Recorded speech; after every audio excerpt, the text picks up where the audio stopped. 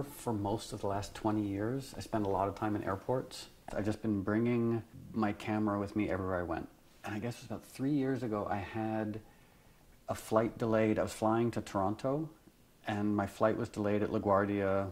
And so I was wandering around, like sort of like the back alleys of LaGuardia Airport, and I was walking down this abandoned hallway, and they had a sign in the hallway that read, "Unattended luggage will be destroyed."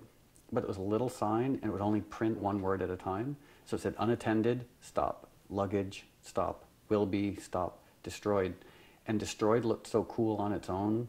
So I just stood there and waited for about 5 minutes and took pictures every time it just said destroyed. And it seemed like an interesting title for the album. And I guess thematically it fits. It might even be hard to describe.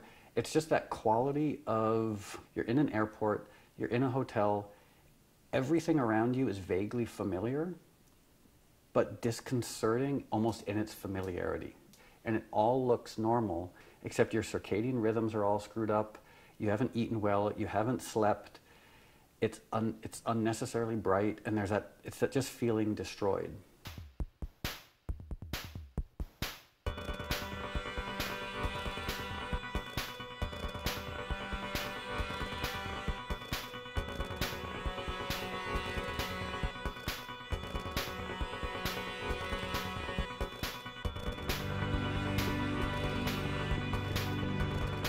And when I was making this record, I was like, I didn't know what type of record it should be. And then at some point I thought, well, it's a record inspired by empty cities at 2 o'clock in the morning. And when I'm not making music in empty hotel rooms at 2 o'clock in the morning, I listen to a lot of weird old electronic music. So I thought, oh, I guess this album should be an album of weird old electronic music.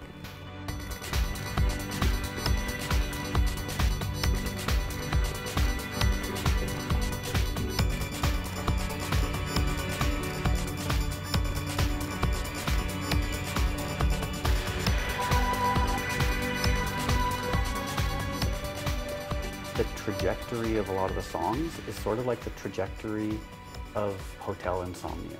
A lot of the songs start off minimal and fractured, and then sort of build and fill in a little bit as they proceed. It's sort of like hotel insomnia. All you want to do is go to sleep. You make peace with the fact that you can't sleep, you get up, and suddenly you realize there's a lot of interesting stuff to do. I do think, to a large extent, that ethos is a part of this record. One of the things I do when I have insomnia is buy old drum machines online. And another thing I do is work on music. What I found is if I'm working on music at 2 o'clock in the morning in a city that has, as far as I can tell, gone to sleep, that sort of somnambulant quality influences the music. I'll never seen what you wanted, love. I was the hell that you needed. Oh, I was the one when you needed love. I was the one when you needed love. I'll never seen what you wanted, love. I was the hell that you needed. Oh, I was the one when you needed love. I was the one when you needed love. I'll never seen what you wanted, love. I was the hell that you needed. Oh, I was the one when you needed love. I was the one when you needed love.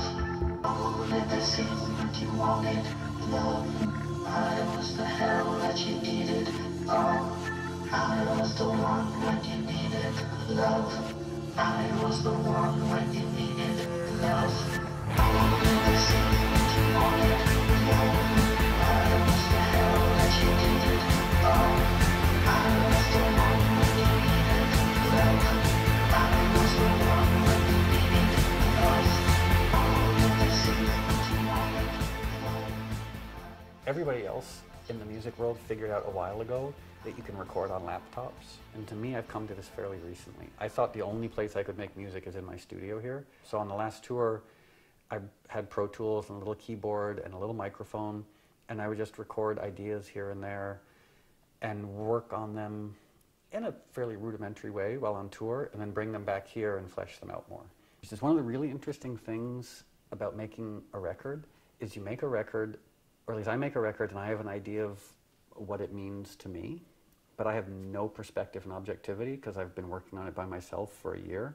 And you put it out into the world, and all of a sudden you start getting other people's reactions to it, and that dialectic is so fascinating. Okay, so the broken places, I mean, it starts off with a vocoder loop. This broken down, sort of winsome, endearing electronic piece of music. I needed to come up with a title for it, because that's the tricky thing with instrumentals, is what do you call them? And there's an Ernest Hemingway quote, which I think I'm paraphrasing, but basically says, life breaks most of us, and some of us are stronger in the broken places.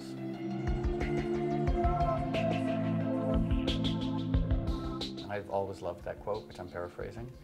And so I liked that as an introductory album title for the album, because it does sort of emotionally set the tone for the rest of the record.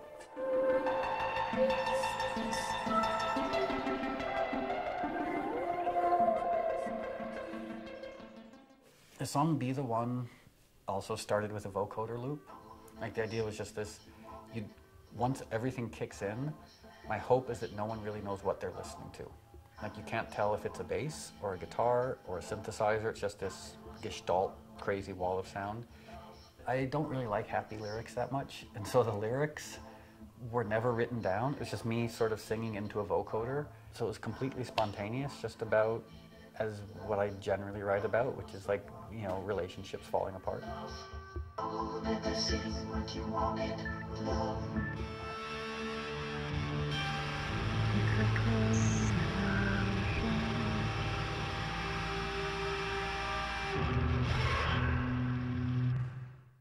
And so this song, Sevastopol, it's an instrumental. What I really like about this song is it's quite driving, like it's ostensibly a dance song, but the music is really mournful with quite a lot of dissonance in it. Like, it's, I don't know, like a sort of big, enveloping, cinematic, electronic, melodic component with quite cold, repetitive electronic drum loops underneath.